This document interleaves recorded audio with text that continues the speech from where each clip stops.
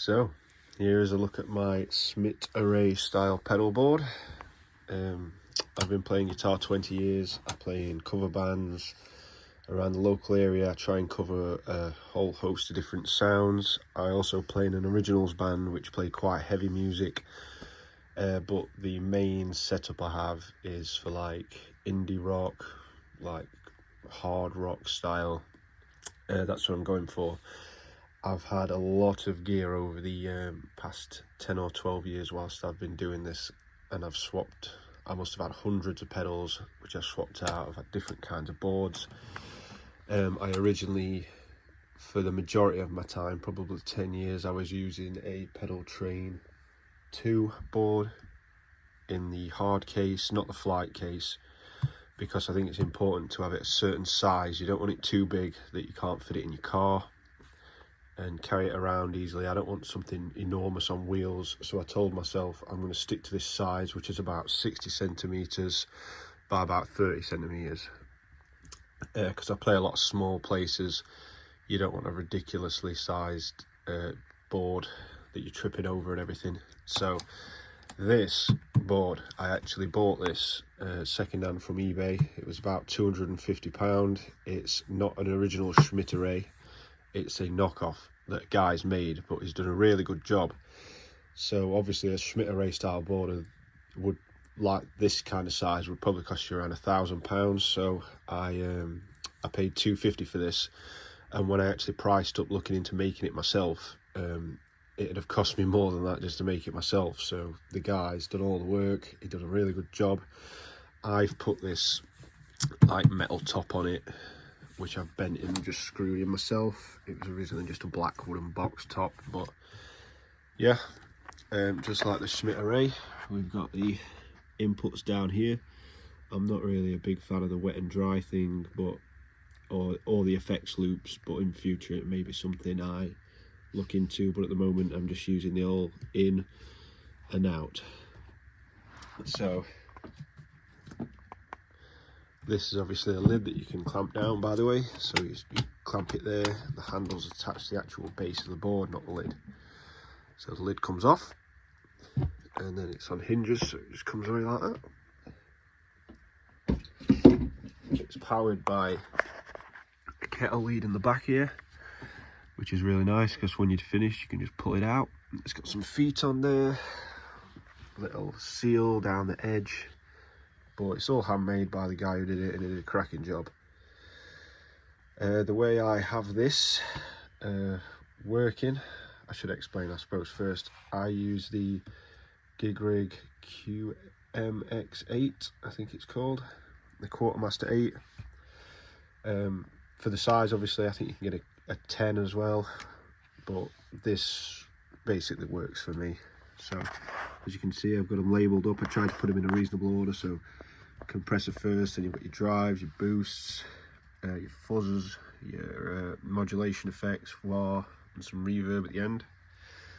It's not just one pedal per loop. So for instance, on this second drive channel, I've got this actually going to this pedal, the Friedman BOD, and then it's going to the Revival drive up here. So I'll basically choose which one of those I want to use, and then obviously turn that on, and it'll just turn on one of the pedals, because obviously you don't want them both on at the same time. Yeah, so I use the QMX8 as like a foot controller, which I highly recommend because it cuts out loads of noise. It's really good for when you're playing live, to just be able to turn on multiple things easily right at the front without having to step all over them. It's powered by the Chocs Super Power Bundle, which is the DC7, and then this is hooked up to this extender power supply, which also does 8. So you can almost, some of these pedals, for instance this valve slapper, it needs 500 milliamps and it's 12 volts, and I think it's center negative, or center positive, whichever one's not the standard. So it's really awkward for power. So in order to power this, you'd almost certainly need a specific plug, which is really annoying. Luckily with this, you can actually choose. You've got your 9 volts, 12 volts, 15 volts, 18 volts. So obviously you could choose the DC, 500, 12, and then put in a reverse polarity, a little link up cable there, and then that works beautifully now. Very low noise, very good. I would highly recommend the Chocs Super Power Bundle. It is pretty expensive at about £300, but it's definitely the best one I've ever used by a mile, and I've used the Voodoo Labs and the T-Rex and stuff like that. It's also extremely small, which is, it's very, very thin, so you can mount it on the underneath of here, sort of on top of itself, and it doesn't take up much space. Yeah, next, so I've got my guitar going in, and then my guitar going in, it goes firstly up here to the Boss TU3 industry standard tuner. So this is before it even gets to the QMX8. So we're going through the tuner, and then we go into the Digitech drop, which is really good for immediately tuning your guitar down, like half a semitone, etc.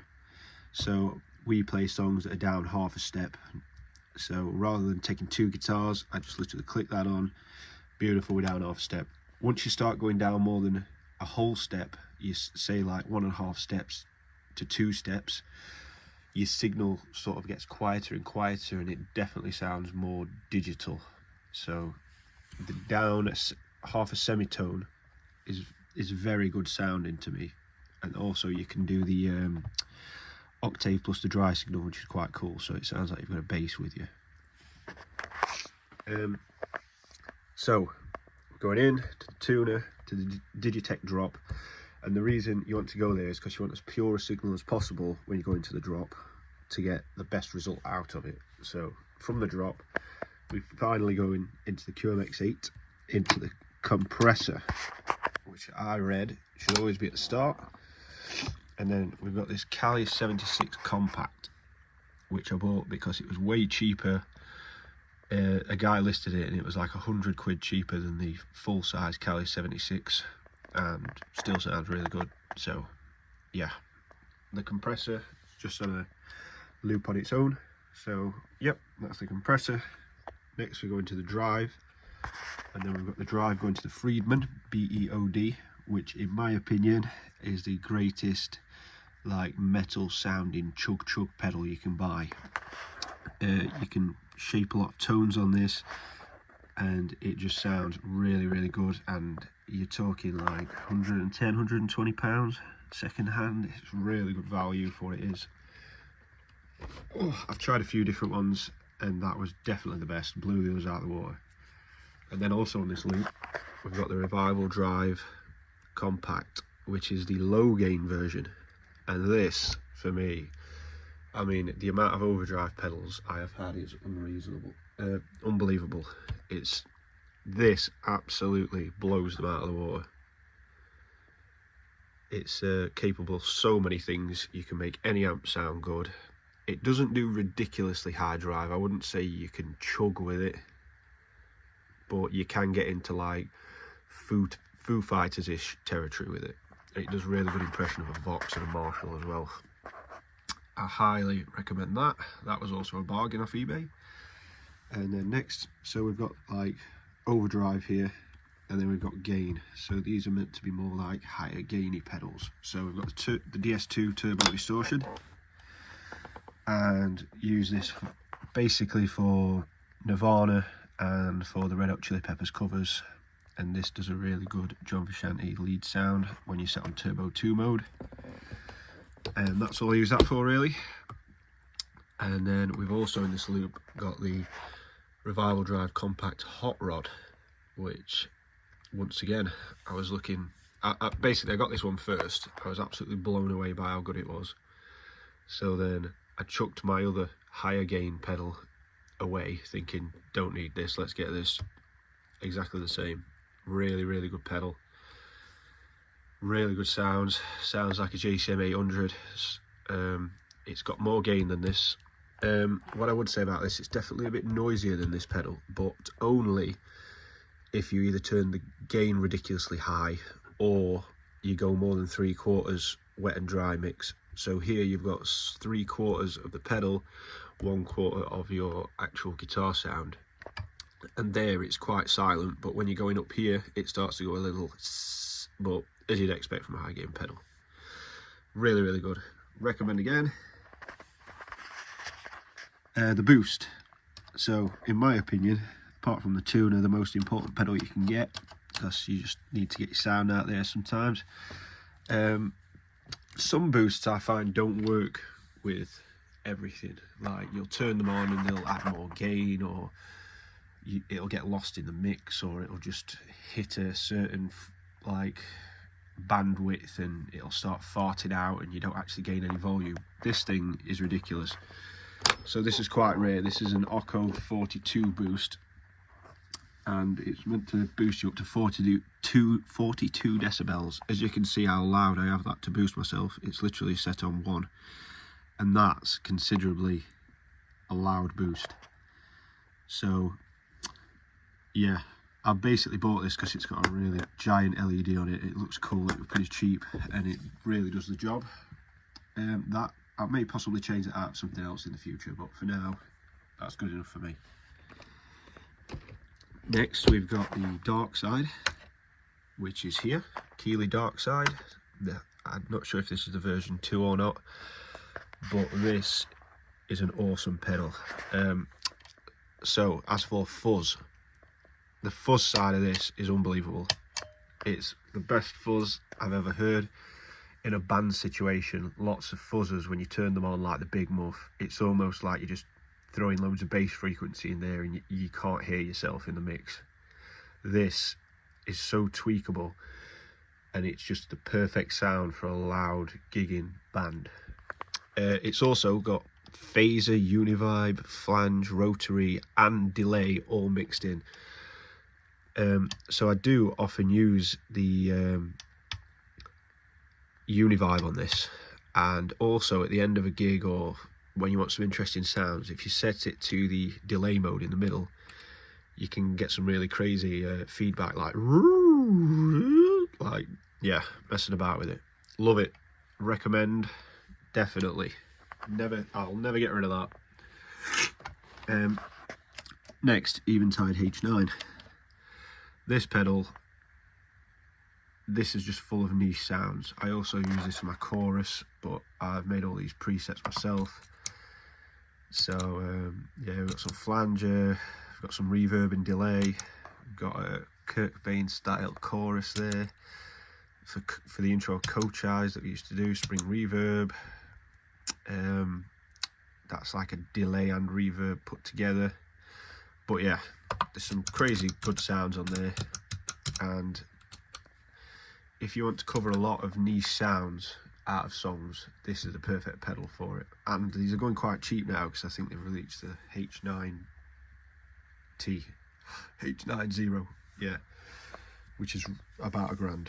This, you can pick these up for probably about £300 now.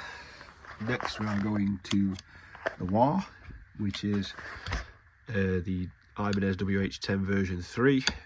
Really good wah. I would say about this wah, it is a bit of a tone sucker, so it's perfect to have it just turn on when you want it to on the QMX8. This is the best version of it I've had. I've not had the version 1, but I've had 2 or 3 version 2s. All of them had issues. This one, no issues so far. I've had it probably 3 years, and it's got a true bypass switch on it, unlike the others, which is really big, but it really does make a difference. If you I'm getting quite a lot of noise, and then I realised if I flick this into true bypass, all the noise stopped. So, but yeah, really good sounding wah, not too pricey.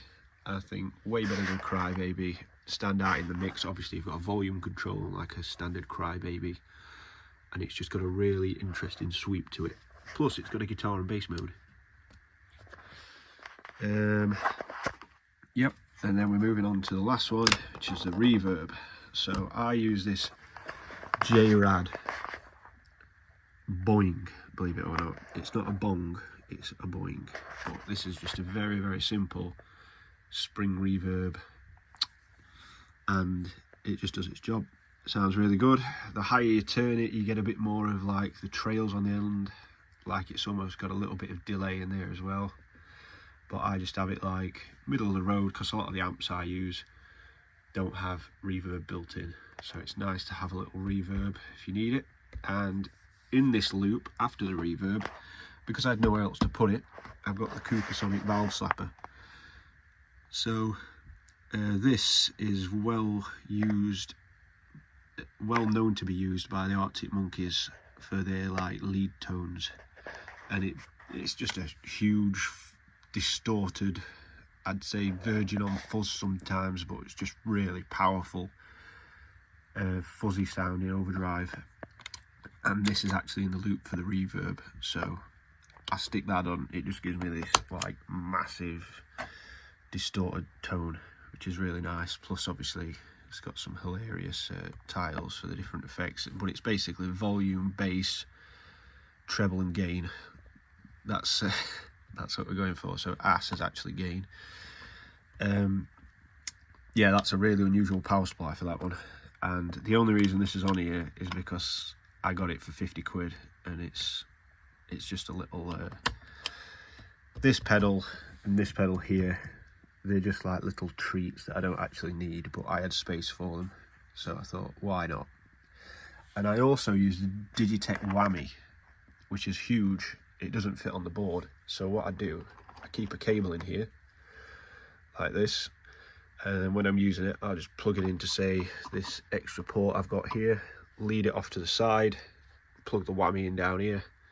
But obviously I only use that for a Rage Against the Machine song, so we don't play that every time, so that only comes out when necessary. So it's nice to have an extra little cable in there just in case anything goes wrong. As you can see, once the power cable comes in on the other side here, it just loops around and it goes straight into the DC7. So everything is really nice and compact and easy to use. My old pedal train, I actually still, and this shelf clicks in place really nicely. The old pedal train board I used to have is actually over here, as you can see in the dark. So these are just some pedals I've got for sale at the moment, or some that I'm not selling and I just don't use very much. But the problem I had with the pedal train board, the main issue was it was just getting it out of the box. So it got quite heavy, you were lifting it up like this at the back and you kept disturbing the power. And then because I had the supplies mounted underneath the board, I'd step on the wah pedal and it had put pressure on the board, and then the power would cut out. And this didn't happen every time, but the cables also got bashed about because obviously they were loose underneath. Even though they were cable tied in, you're getting it in and out all the time, or trapping it in the top of the case. Whereas this, you never actually touch any of the cables, the power supply, anything like that. It's all mounted in place. It never comes out of the board. So it's really nice to use. Everything's protected, and that's one of the main reasons I wanted a board like this. So yeah, that's the board. Hope you enjoy. Any questions, feel free to ask. I would recommend all these pedals. I've been through a lot of different things, and these for me, it's sort of like an end game now. I've experimented that much and I've ended up with this setup, and I couldn't be happier. And I very much doubt I'm going to be changing anything anytime soon. I mean, a lot of these now are tried and tested. The only things I really change are like the gains, maybe the boost, this thing, because it's not necessary. But as for the wah, I'd never change this, I'd never change this, that, awesome. That's been on for ever since I've had the board. Really happy with the compressor and reverb. And the drives now, I think they're just so good. I can't see myself ever changing them, but then again, I do often have a bad case of gas, so yeah. Any questions, feel free to ask, and I hope you enjoy.